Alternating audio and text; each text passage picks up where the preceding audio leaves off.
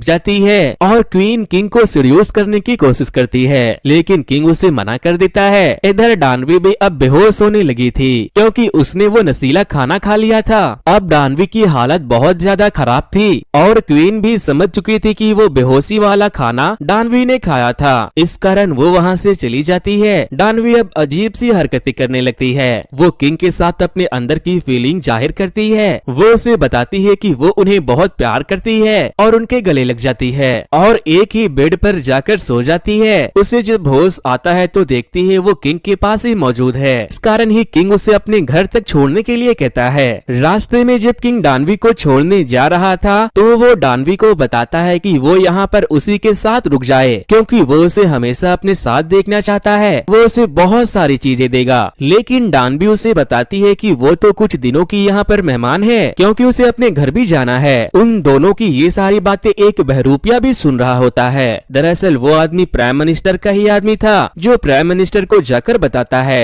कि डानवी और किंग बहुत करीब आ चुके हैं, जिस कारण हमें डानवी को किसी भी तरह किंग से सजा दिलवानी होगी क्योंकि किसी भी किंग के करीब एक आम लड़की कभी भी नहीं आ सकती थी।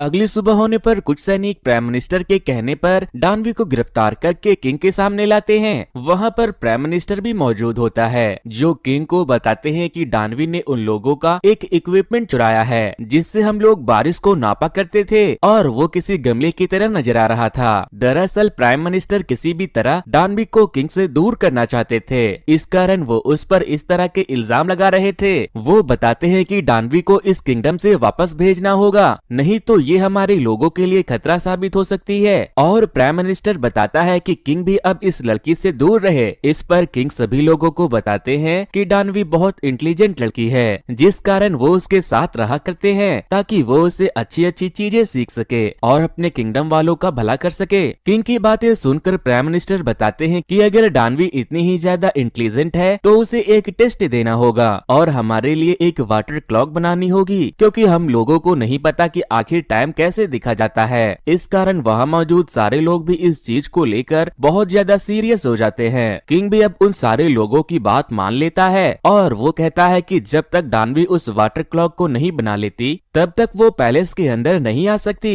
इधर डानवी बहुत दुखी थी क्योंकि वो किंग से नहीं मिल पा रही थी। वो पार्क से